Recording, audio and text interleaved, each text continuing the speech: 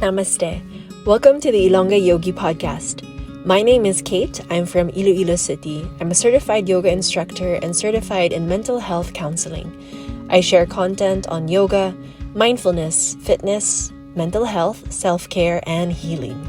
Before we get into it, I want to let you know that I teach classes both in person and online. If you're interested in taking a class with me, just head over to bookwen.com/healing-iloilo for the schedule, rates, and to book as well. Hello everyone and welcome back to another episode. I know that my episodes have been a lot less frequent recently, but I'm always happy to come and record. This is my way of just,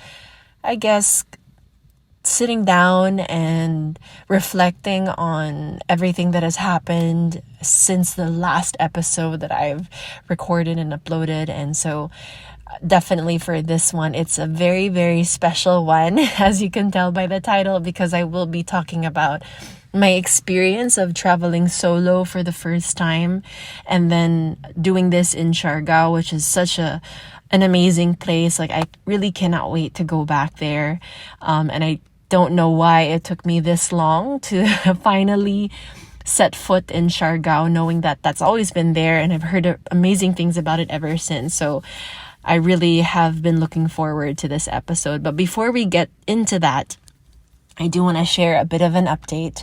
The reason why I was able to fly to Siargao is because I was able to get tickets to Hamilton. And since I live in Iloilo, right? And in order for you to fly out to Siargao, it's either I go to Cebu first or to Manila. So those are just the two options, right? So I figured that since I will be watching Hamilton and I'll be in Manila, might as well not spend too long in Manila and just fly out to Siargao and get that over with. So that's pretty much why that happened all last month.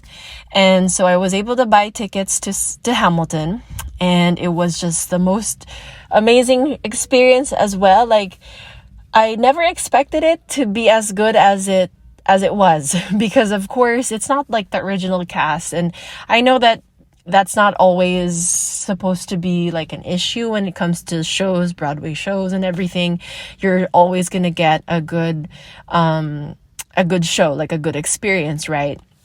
But I wasn't sure what to expect, given that this was going to be like a different cast. It was going to be held in Manila in the Philippines. So I've seen several shows in the past, and I know that this one is the international cast, the international tour cast. So it's going to be a little different from those shows that have been locally, prepared. I don't know the right term, but you know, those Broadway shows, like for example, Legally Blonde, the musical, wherein they had like an all Filipino cast. And so all the preparation, the whole musical, the whole show was prepared here locally in the Philippines. So of course that was going to be a different experience than this one, because they're the international tour cast. So I didn't know what to expect, because of course I don't know much about the cast, and I have very high expectations when it comes to Hamilton, because I mean, come on, it's Hamilton.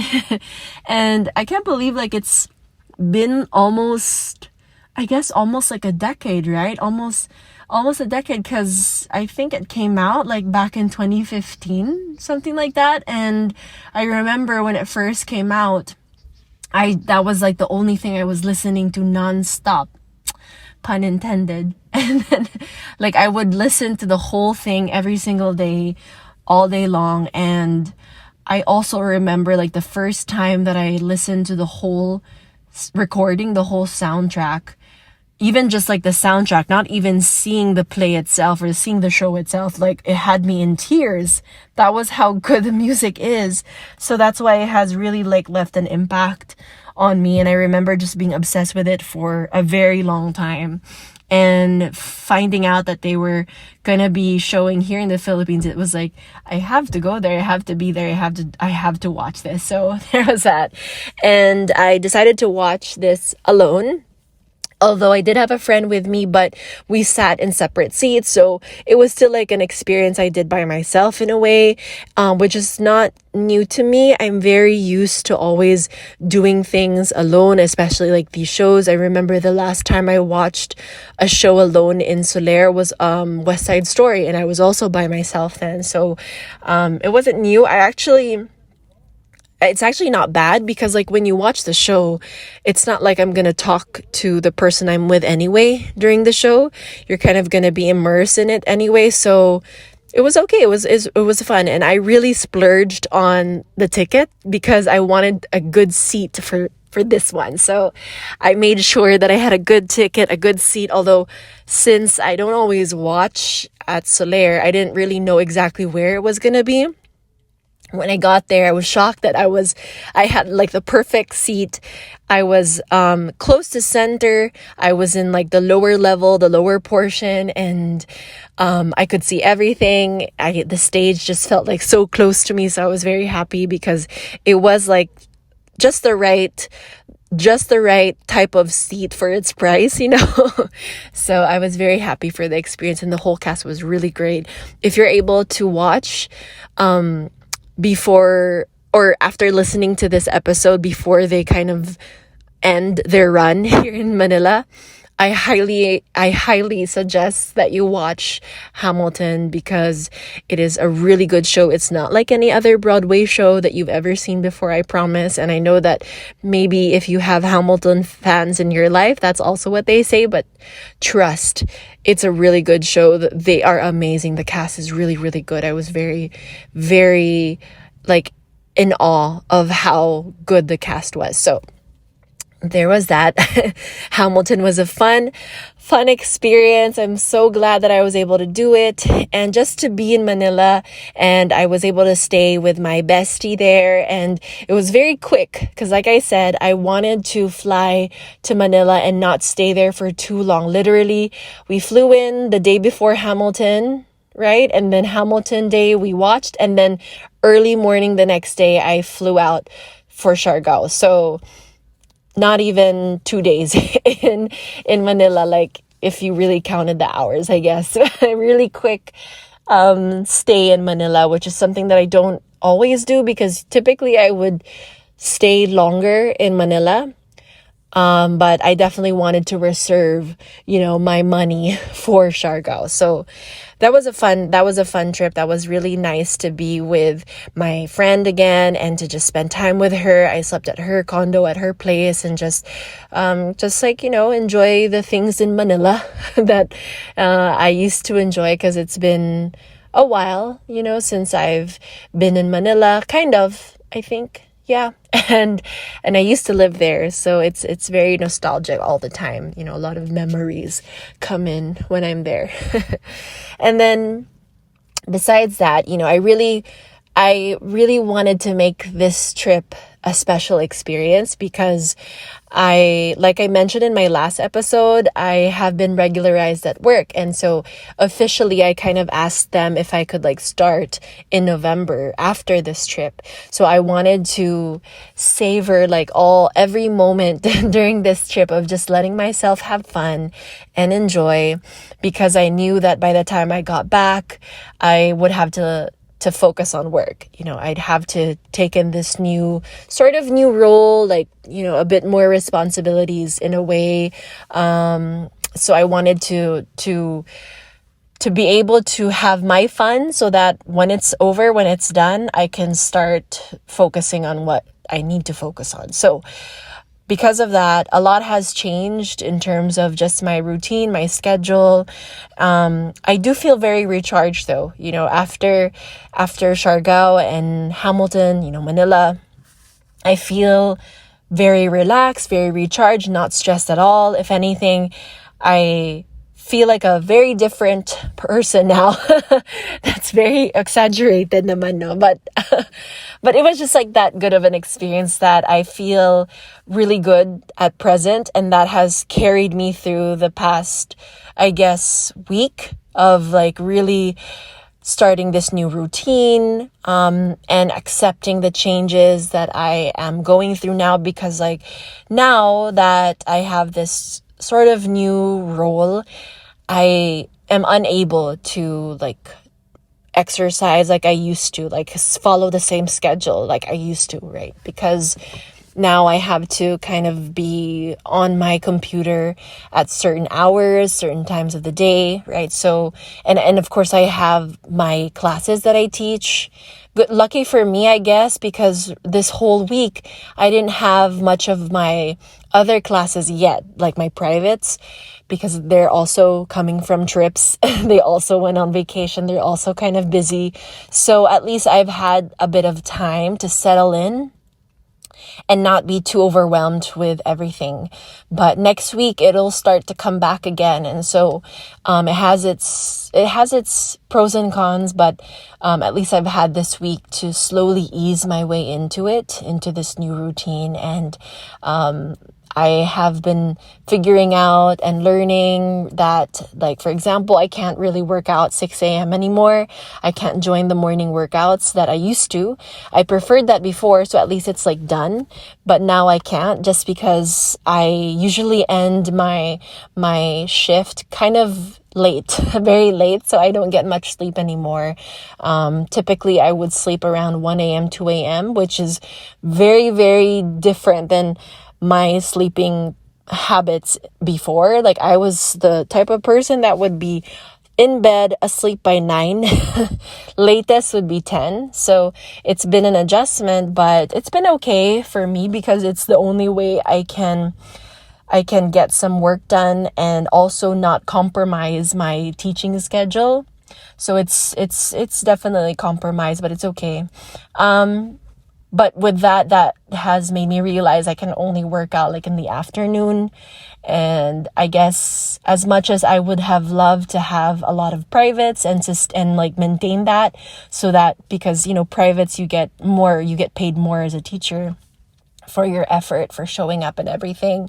I also don't want to give up like my workout routine. I want to keep that and maintain that as much as I can right now. So it's okay with me that I don't have as many privates as I may have. I used to have, but as long as I can squeeze in, like, even if it's just 2 workouts in a week, I would be happy with that. And then just like continue my daily yoga practice. It's been a shift. It's very different now. The way I take time for myself, it's not the same, but for me, it's something that I don't mind because, again, I have this new work role. And also because I have been able to take this break and enjoy myself and experience Siargao and Manila, it has really helped me kind of clear my mind and make me feel a little bit more grounded. You know, so as I share this experience with you, I really hope that it's something you can take as kind of something that can motivate you or encourage you to give it a try. Maybe one of these days. I think that being able to travel solo is such a special experience that you have to at least try once in your life, you know. And I understand that it may not be for everyone, but honestly, this has definitely been like eye-opening for me, and I guess I'm pretty lucky that I decided to go with Siargao as my first experience because it was pretty much like the best place to do this.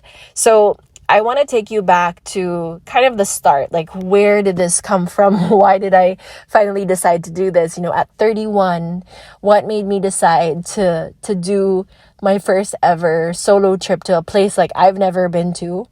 And for that to be Siargao.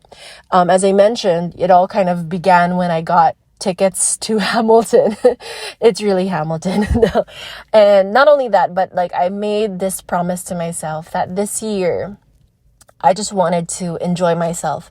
I wanted to have fun because I've always had this habit of every year trying to improve myself, right? To grow into a better version of myself, to change some parts of me that I think are, I guess, like either toxic or kind of hold me back in moving forward in life.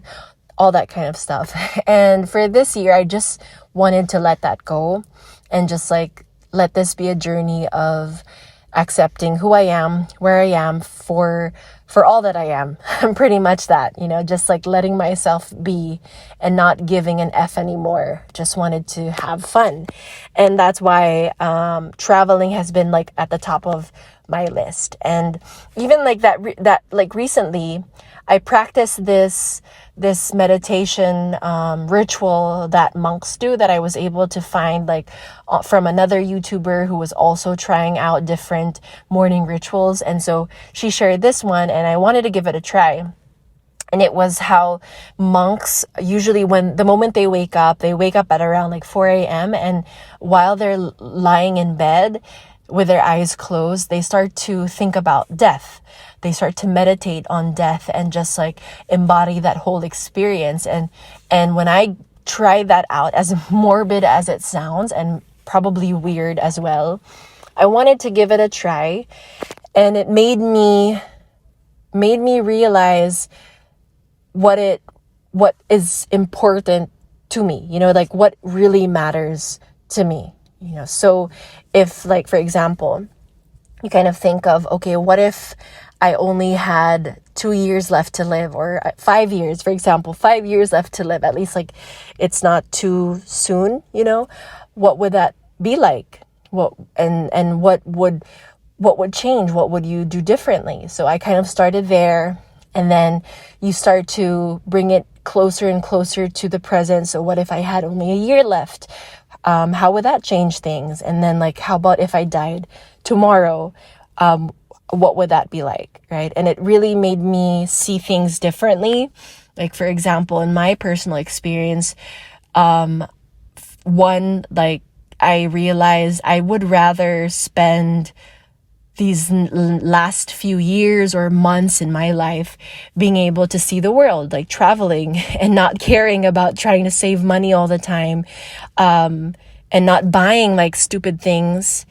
I even started to think of like, I don't even need to renovate this house yet or make my house prettier, because that really doesn't matter if I were, to be gone in like a few years. Like, does it really matter that I have a beautiful house or that I make this house look nicer? I would rather use that money to travel. And so that solidified like my decision that I need to make this happen. I need to do this now, because this is the only chance I get. And at the same time, it also made me put things into perspective of just like slowing down a little bit more, how like I'm just happy being home with my husband, with my dogs, and that's it. Like, that's all I really want to do. I just want to be home, enjoy watching TV, maybe drinking a cup of coffee, eating good food, not really caring about anything else in the world, not really caring about how much money is in my account, but, in a responsible way and in a mindful way too. So, but yeah, like I started to realize those things through that practice of, imagining what death would be like. And so all the more that made me really push for this decision of like traveling, starting this journey of traveling to different places all by myself. And so that's really what made me do this. And I planned this like months in advance, back in I think June or July, when they announced the Hamilton show. And so I booked like my ticket right away, and then I booked my Airbnb right away. So I really couldn't like change my mind anymore. But I just kind of prepared all of that beforehand, so that I didn't have to worry about those expenses. I just had to worry about like my pocket money once I get there. When I was preparing for this trip, actually, I really didn't prepare because I am very much a crammer. I don't prepare like thoroughly or plan everything. in detail. So that's just how I am. I've always been. But it did help that my friend, my bestie, has been to Siargao, and she has also traveled there solo. So I basically just like asked her, what do I do? Where do I go? All these things. So she definitely helped me a lot. We were like constantly communicating while I was in Siargao. So that helped a lot. That she kind of just shared her experience with me, and I kind of followed everything that she did, and so I didn't really have much of an itinerary actually going to Siargao. All I wanted to do was just enjoy it. I just wanted to enjoy it and be present in Siargao and nothing else, like have nothing planned. And that's what made it even more exciting for me. And for me, that's how I like to experience travels. So the night before, it was Hamilton night, right? And my anxiety was definitely on time. She was there. She was making me very anxious and making me even consider to not push through with it. But again, because I settled everything, like my Airbnb was already paid, I already booked my tours, it was kind of a waste if I decided not to push through. But I swear, if I did not fully pay that Airbnb, probably I would have decided not to push through, honestly, because I was that stressed over it, But like the night before, I was very anxious. It was helpful that I had Hamilton, because then it kept my mind off of the whole Siargao trip, and then like leaving my husband in Manila because he had a competition and I was going to do this by myself. And like all day, all I kept thinking was, why did I choose to do this again? Why am I going to do this? I will never travel alone ever again, because I don't want to put myself through this anymore. And that's how I always am, right? Every time I record an episode, especially if it's right before a trip, you always hear me talk about how anxious I am about traveling by myself. So I was very, very stressed the night before. And because Hamilton, of course, ended, I think, around 9, because it's like about 3 hours. I think 9 or 10, and traveling back home to my friend's condo, of course, that took time, and I had to pack up and everything. So basically, I didn't have much sleep, and I only had like 2 hours of sleep because I had to get up early for my early flight to Siargao. So I didn't have any sleep. I was stressed. I was anxious. I really wanted to cancel. I really did not want to do this anymore while I was there, but I knew I had to. I knew that it would be such a waste. Like, sayang naman if I don't do it, if I just cancel all of a sudden. So I just did it. I just got myself to the airport and kind of just went with it, not really thinking about it. I didn't want to think about it anymore. The only thing that I guess kept me going was the thought that I get to attend yoga classes finally while I'm there, because actually in Siargao, the yoga classes are almost the same rate as they would be in Iloilo, and they are much cheaper than Manila rate, than taking a class in Manila. So I knew that if I were to go to Siargao, at least I would get to attend a yoga class or two, and that would already be enough for me. As a teacher who does not have time to attend yoga classes, doesn't really get to attend yoga classes actually while I'm here, I was very excited about that. So that was the only thing that kept me going, that calmed my nerves, which is nice to have. It's nice to know that yoga will always be like my safe space, So anyway, flying to Siargao, I booked with Sunlight Air. That was the first time that I've ever used that airline, and it was very easy. They had very good service. There was a lot of leg room. So I was very happy. As a tall girly, that's something that I definitely need. So I was very comfy, and they even give everyone pillows. Like, they have pillows on each seat, and their staff is just really nice and friendly. Like, when you leave the bathroom, even though the bathroom is very, very tiny, it was hard for me to just like move around in the bathroom, but in the lavatory. But the moment you get out, they like have alcohol ready for you. So, they really were good. They were a good airline that I did not expect. So at least that was a nice experience to have. So yeah, if you decide to fly to Siargao and you see the Sunlight Air option, go take it. Because it's a really good airline. So yeah, I took Sunlight Air. The flight is about 2 hours for those who don't know. So I know that's not much, but it is quite long compared to like flying to Iloilo and Manila. It's always like less than an hour. So it's about 2 hours. And then when I got to Siargao, they do have vans actually that are already waiting at the airport that can take you directly to your hotel or B&B. Just let them know where you're going to get dropped off. And it's only 200 pesos per head. So the ride from the airport to like the main area is about 30 minutes. Usually the driver drives fast anyway, so you might get there at a shorter time. But it was very quick, very fast. And those vans are already just like they're outside waiting. So all those vans, I think they are, I'm not sure what the right term is, but I think they are monitored or kind of what's the term? Like they're under the government or something like that. So you're safe. So you're safe if ever you decide to take those vans to wherever you need to go. So yeah, it's very safe. You won't feel worried or anything like that, especially as a solo traveler. You're just gonna hop on that van. They'll take care of you, let them know where you're gonna get dropped off, and you're good, So that was nice to have. I didn't have to worry about being, taken from the airport to my B&B. It was all just there. It's all set. And then when I arrived, of course, to my B&B, it was very early, so it was before check-in.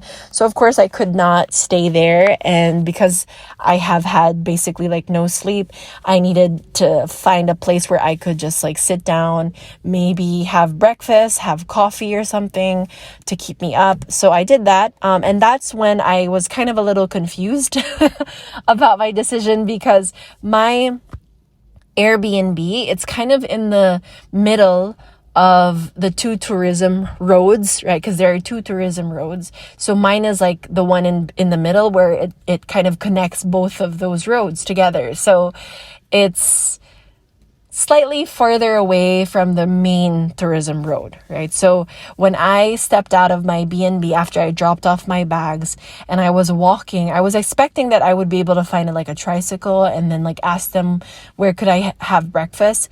But when I walked out, there were like no tricycles. There was like no one. I didn't know what was going on. It was just like very confusing. It was not what I expected at all, because there was like nothing. There weren't any establishments in that particular area. So I had to like walk and walk and walk. And I just had to rely on Google Maps the entire time because I didn't know where to go. I didn't know what to do, but I knew that I wanted to walk around just to check everything. And it's very different from like, let's say Boracay, if you've ever been, because the establishments are not like right by each other. They're kind of far. There's a bit of a gap between each establishment. So it's not like you just walk along Tourism Road and everything you need is there, like all beside one another. Not really, So there are some areas where it was like, where am I? What is this? Like, where is everyone? Why is there nothing here? So that kind of confused me at first. But lucky enough for me, there were some good establishments nearby, so I was able to find like a place to have breakfast and to just hang out a little bit. But definitely when I got there and I started walking around, I questioned like my decision of being there. Let's take a quick break from this episode to talk about my juice brand, Daily Greens. If you're in Iloilo City and looking for healthy juice that doesn't have any added sugar, no preservatives, but is packed with a variety of vegetables and fruits, then you should try Daily Greens. With 2 flavors, Greens Blend, a blend of 11 vegetables and fruits, and Carrots Blend, which is 50% carrots and a mix of other vegetables and fruits, this is unlike any other juice sold on the market. Most juices are packed with more fruits to help it taste better, but completely miss the point of being a nutritious and healthy drink. Remember, fruits are still filled with sugar and must be enjoyed in controlled portions. Daily Greens make sure that you get the most out of a bottle, packing it with more vegetables than fruits and making it fresh, not to mention affordable for everyone. You can enjoy a bottle or two every day, which is perfect if your goal is to maintain healthy yet easy habits in the long run. You can order from Healthy Kitchen, Salads and Wraps, Mamaka, Storm Cafe, Simple and Whole. This is your sign to start building healthier habits in the most convenient way with Daily Greens. So as I mentioned, my experience with Siargao, it definitely was not love at first sight. I was quite confused because it was very quiet. There were not that many establishments. I didn't see any person around the area. Like, there was nobody. I would just like occasionally see foreigners on their bikes, on their motorcycles, just like driving along past me. But other than that, there was nothing, and it wasn't what I expected at all. It was very different from like Boracay or anywhere else that I've been. I was like even questioning myself, am I in the right place? What the F am I doing here? So my appreciation for the island really took a while. Like, it didn't come in right away because it wasn't what I expected at all. But eventually, as the days passed, as I got to explore the island even more and got to interact more with everyone there, especially with the locals, that's when it really started to change for me, and it just like clicked.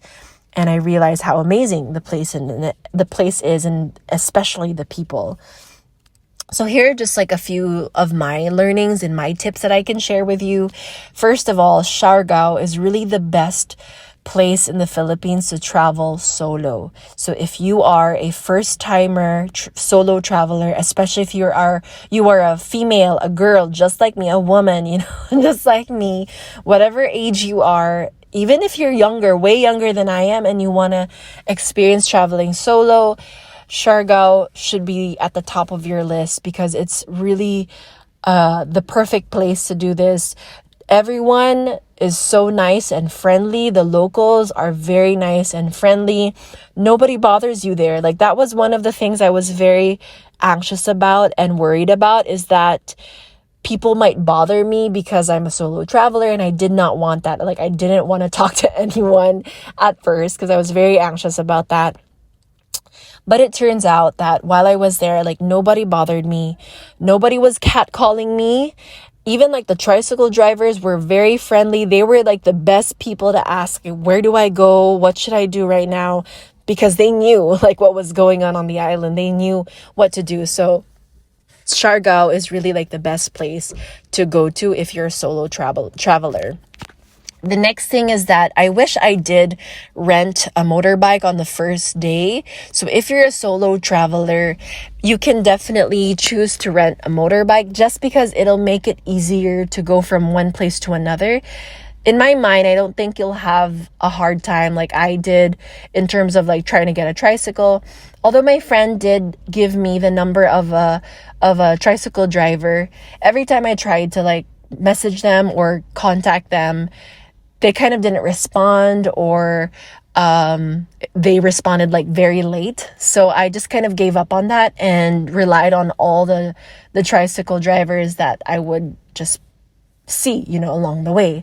But sometimes you can't really rely on them because, like, for example, if I wanted to go to the other tourism road, which is like the back side, that area doesn't get a lot of tricycle drivers. There are not a lot of people there. So if you wanted to go anywhere there, it's not very frequent that you'll be able to find a ride, a tricycle. So like one time I wanted to go to this yoga studio, and it was quite far, but not too far. Like, I could walk there, but definitely if there was like a motorcycle, a tricycle, it would have been easier. I would have gotten there quicker. So because it was like still quite early in the morning, I had no choice but to like walk all the way there. So it was kind of like a 15-minute walk.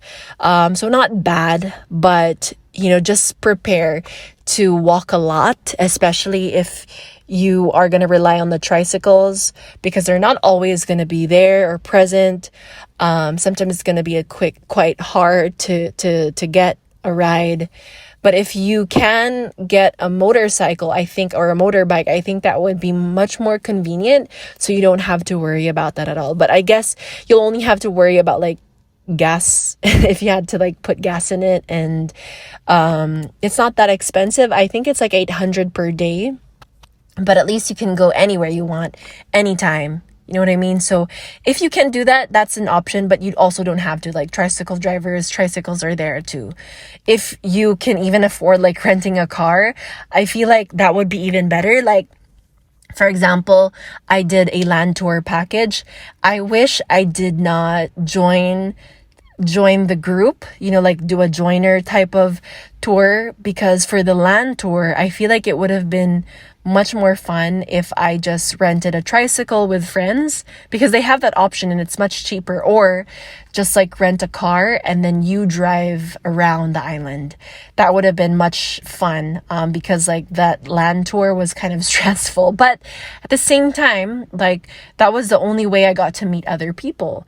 And that's another thing. Take those tours as much as possible, because that's like the best way to meet other people and to just like have some sort of social connection with another human being while you're there. That's how I was able to interact with other people.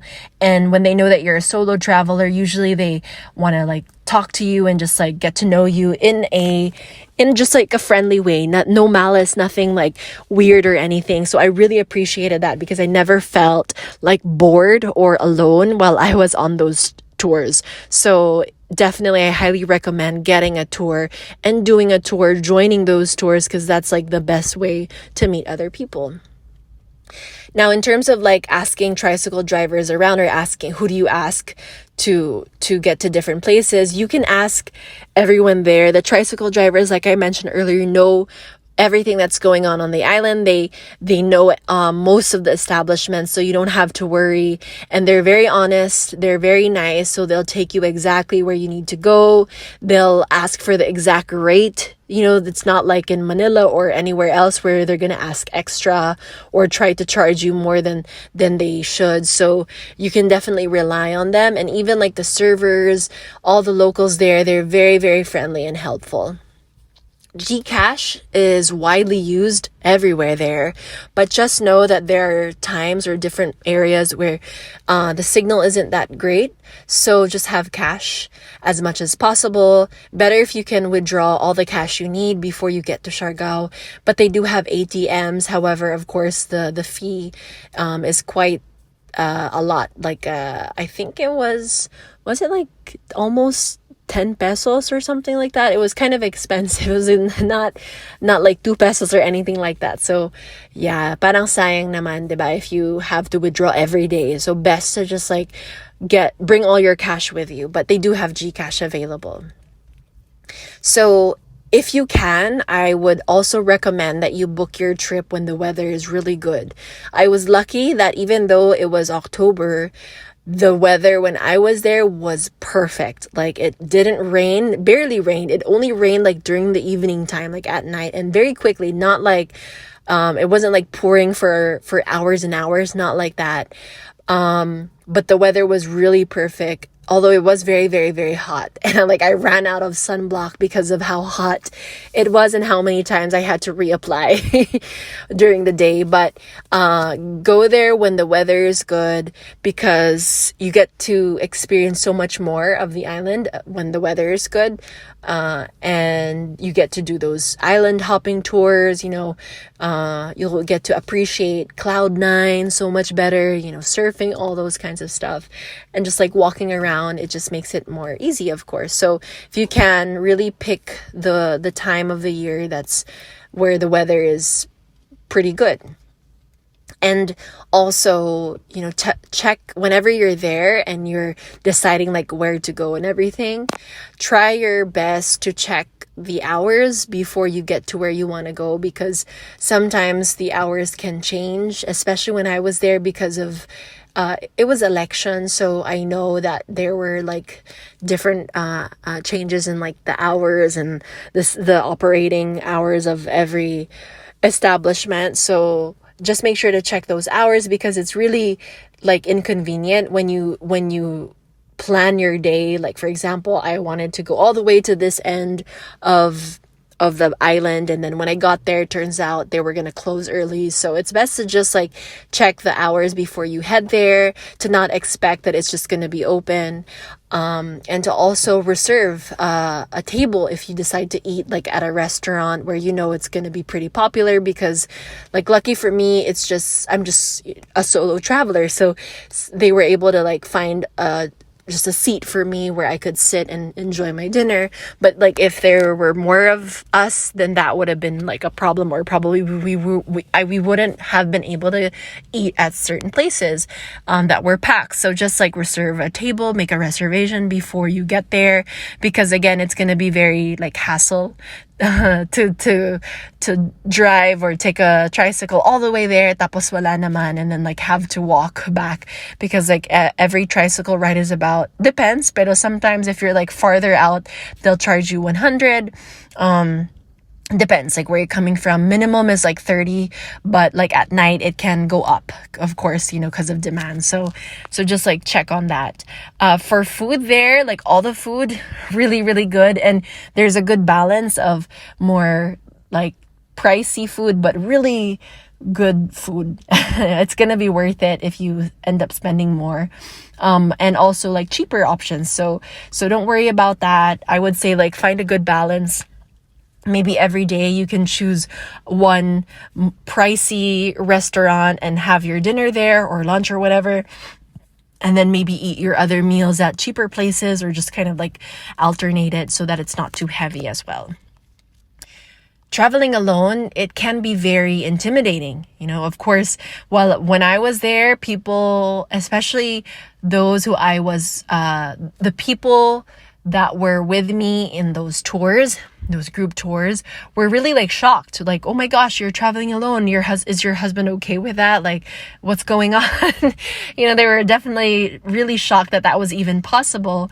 But, there are a lot of solo travelers who also go to Siargao, and traveling alone at first is a bit scary. Like for me, I was very anxious, but once you're there, like, I don't want to travel any other way anymore. Like, I would rather travel alone, because you get to do whatever you want to do. Like, there is no schedule, there is no pressure on me. If I just wanted to stay in bed for the morning, I could do that. If I wanted to go somewhere and then suddenly change my mind, I could do that. I guess the only downside is when you want to party and go out at night, it is kind of sad. It's very boring when you don't have anyone. But, I mean, like, I don't mind that, because I could have that experience while I'm here in Iloilo with friends, or if I decide to spend more time in Manila with friends there too, I could still do that, so I'm not really into too much partying anyway, so I was okay with that. Like, I would rather have a nice cold beer at a chill bar and just enjoy my time there with a live band. Like, that's my jam. That's something I would rather do. So just know that that's kind of how the experience is, at least for me. But it's a great opportunity to just reflect, of course, and to slow down, and to kind of just be with your own thoughts, and maybe read. I finished my book during this trip, so like, that was very, very fun for me. It's an achievement to finish a book. I don't always finish my books, I don't finish them very quickly. It takes me a while to get through a book, and I like that. I like to read slow. But anyway, I was able to finish my book. I was able to use this time to journal, to just be present, to just like be with my thoughts, because I haven't been able to do that ever since like I've gotten married and like, and been with my partner for the past few years. So that was a nice experience to be alone. And, being out in nature and being in a place like Siargao is already very healing. Like, it was such a healing experience, because it's just like the vibes there. It's so different. Like, everyone's so chill, like, you live slowly there. Everything's so much slower, and more peaceful. So it was really nice. And like, people just seem happier. They're all like in a good mood. So that was that was also just very healing, very peaceful. You get to understand yourself like a lot more. It's such a different experience. You figure out like who you are when you get to travel alone.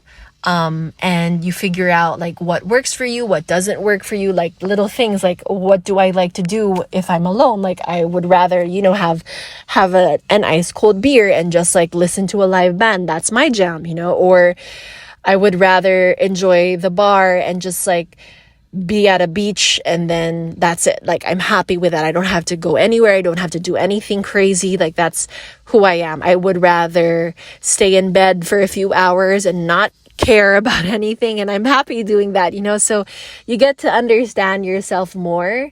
And like I think the main thing though, the most important thing that I have learned from this solo trip is just gaining so much more confidence, especially not just in myself, but in talking to strangers, in engaging in small talk, because this was something that I used to be very, very anxious about. Like I would hate being around too many people, and then having to do small talk would terrify me. So this experience was something that changed like a part of me. I feel like much more comfortable in like meeting new people and getting to talk to other people. I'm more comfortable just being in myself, like who I am in this body. I don't care about it, because again, like Siargao kind of does that to you, wherein you're just very carefree. All of the things that you are usually very insecure about or afraid of, that just kind of disappears when you're there, especially when you experience a solo travel, like being alone there, all the more.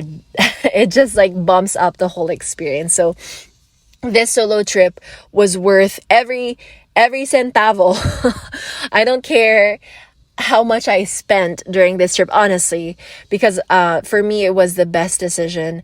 I would rather spend my money doing like a trip like Siargao rather than like going to Manila all the time and then like just spending so much, because Manila is expensive. It's very heavy on the pocket, and like you're just gonna eat out and like spend your money out most of the time. There's nothing else for me to do there.